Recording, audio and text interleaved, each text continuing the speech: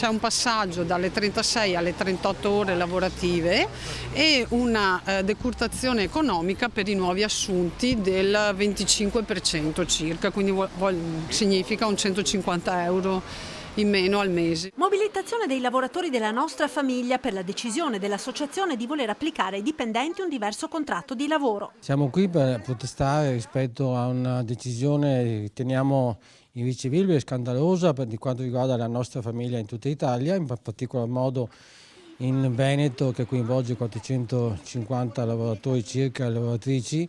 Si tratta di personale qualificato che opera a sostegno di bambini con disabilità in strutture private convenzionate ma a condizioni contrattuali diverse dal pubblico. Noi col pubblico abbiamo una differenza dai 200 anche ai 300 euro, dipende appunto dalle categorie.